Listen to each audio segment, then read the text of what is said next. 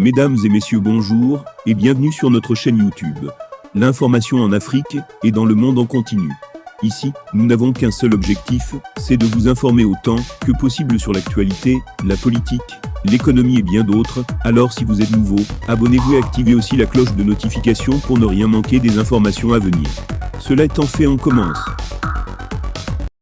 Un possible retour de Damiba. Professeur Laurent Bado, homme politique, ancien candidat à la présidentielle de 2005, a appelé hier dimanche 9 octobre dans l'émission « Le Grand Déballage » sur Burkina Info TV, le lieutenant-colonel Paul-Henri Sandaogo, ancien président du Faso, exilé au Togo depuis le 2 octobre, à rentrer au Faso.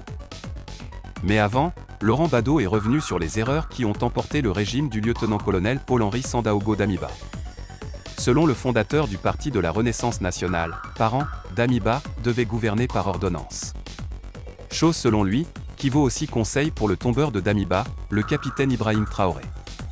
Je résume ma pensée, le président avec son MPSR devait gouverner par ordonnance.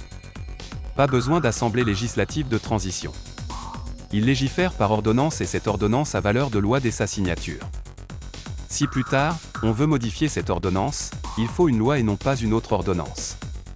Au lieu du COST, il fallait un petit comité de gens sérieux, voyants, qui ont des idées, qui peuvent critiquer et dire la vérité, a expliqué le professeur Bado.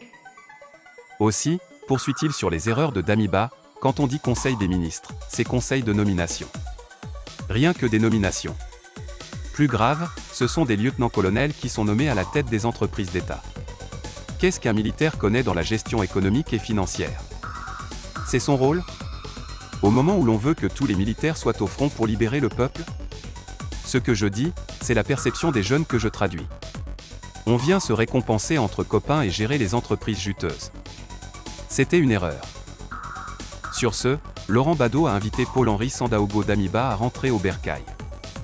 On s'en souvient que le coup d'État du capitaine Ibrahim Traoré, entre le 30 septembre et le 2 octobre dernier, a précipité l'exil du président d'alors, le lieutenant-colonel Paul-Henri Sandaogo au Togo. Pour Laurent Bado, Damiba doit rentrer au pays pour se faire pardonner et servir le pays.